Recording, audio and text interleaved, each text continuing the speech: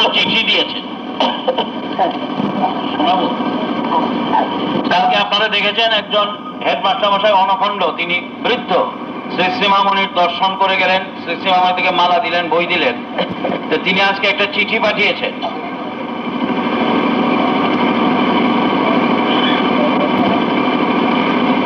পরম পূজনীয়া শ্রী শ্রীমামণি আমাকে সাদরে সমাদর ও অপ্রত্যাশিত মর্যাদায় গ্রহণের জন্য তাকে আমি আমার অশেষ কৃতজ্ঞতা অসংখ্য প্রণাম জানাচ্ছি। তার প্রদত্ত পুষ্পমাল্য গ্রহণে আমি মোটেই উপযুক্ত ছিলাম না, বা এখনো হই নাই। তাই প্রথমে আমি কিছুটা সংকুচিত হতবুদ্ধি হয়ে গেলেও তার প্রদত্ত মাল্যখানি আমি সশ্রদ্ধ অন্তরে গ্রহণ করছি, এবং এখানে দীর্ঘকাল আমার কাছে এই ঘটনা দীর্ঘকাল আমার কাছে একটি পূত পবিত্র স্মৃতিচিহ্ন হয়ে থাকবে। তার প্রদত্ত পুস্তকাবলীও আমি পূর্ণ মর্যাদা ও সমাদরে রক্ষা করতে আপ্রাণ চেষ্টা করব। তার প্রদত্ত ফলাদি আমি ভক্তিপূর্ণ মন নিয়ে গ্রহণ করছি।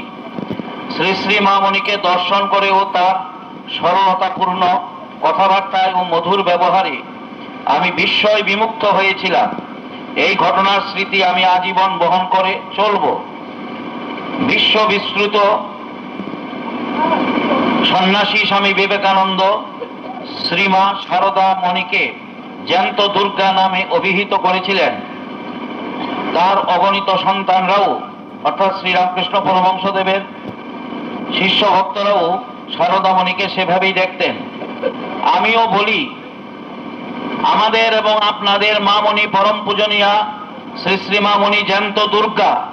আমি আমার ছেলে মেয়েকে তাই বলে তার মাহাত্ম্য বর্ণনা করেছি। তিনি দুর্গতি নাশিনী মাতৃরূপা দুর্গাই বটেন।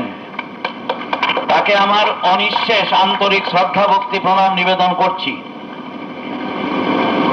পরম পূজনীয় স্নেহময় ব্রহ্মচারীজিকে দর্শন করেও তার পাদস্পর্শ করেও ধন্য হলাম। পুনশ্চ একটা বিশেষ অনুভূতি ও সিদ্ধান্তের, ব্র্যাকেটে আমার নিজের অনুভূতি ও সিদ্ধান্তের কথা লিখতে ভুলে গিয়েছি, এজন্য মার্জনা চাইছি। 1955 সালের অক্টোবরে আমাদের পরিবারস্থ 2-3 জনকে নিয়ে বারাণসী বেড়াতে ও তীর্থ ভ্রমণে গিয়েছিলাম। একদিন বেলা 2-2:30টায় অজাতক আশ্রমে শ্রী শ্রী বাবামণিকে দেখতে যাই।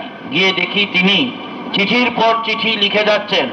সামান্য কয়েক মিনিট কথা বললেন। পরম পূজনীয় ব্রহ্মচারিণী শ্রী শ্রী সাধনা দেবীকে বলে মিষ্টি প্রসাদ খাওয়ালেন। পরমহংসদেবকে দেখে ও কথা শুনে মুগ্ধ হয়ে ফিরে এলাম।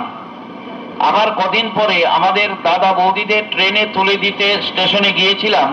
স্টেশনে গিয়ে দেখলাম শ্রী শ্রী বাবামণি কোথাও যাওয়ার জন্য স্টেশনে ট্রেনের মধ্যে অপেক্ষা করছেন।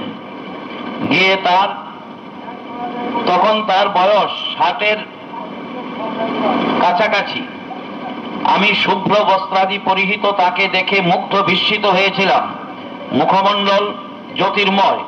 জীবনে কোনোদিন এমন প্রতিভাদীপ্ত অপূর্ব সুন্দর মুখমণ্ডল বিশিষ্ট কোনো সাধু স্থানীয় ব্যক্তি দেখিনি। এখনো জীবিতাবস্থায় কোনো ব্যক্তিকে এরূপ সুন্দর দেখিনি। পরবর্তীকালে তার কাব্য এবং সাহিত্য ও উপদেশাবলী পড়ে মুগ্ধ হয়ে গিয়েছি। তার প্রতি আমার শ্রদ্ধা ভক্তি চিরজীবন অম্লান থাকবে। ইতি সুধীশ মজুমদার।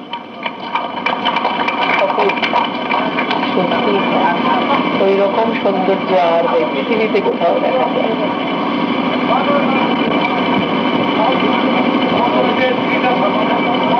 প্রতিধ্বনিতে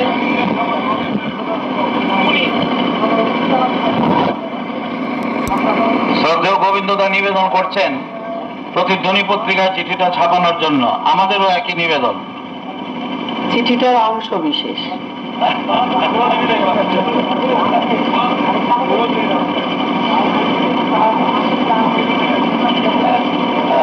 একটু এডিট করে ছাপানো হবে, একটু এডিট করে।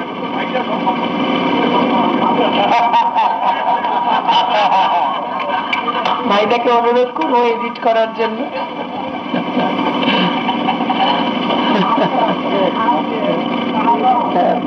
গৌতম আমাদের বুদ্ধিমান ছিল, ও বুঝতে পেরেছে, ও হাসছে।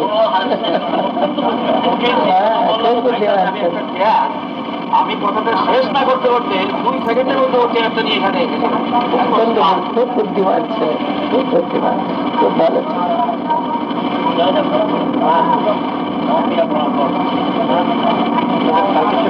আমাদের একটা মালা আচ্ছা,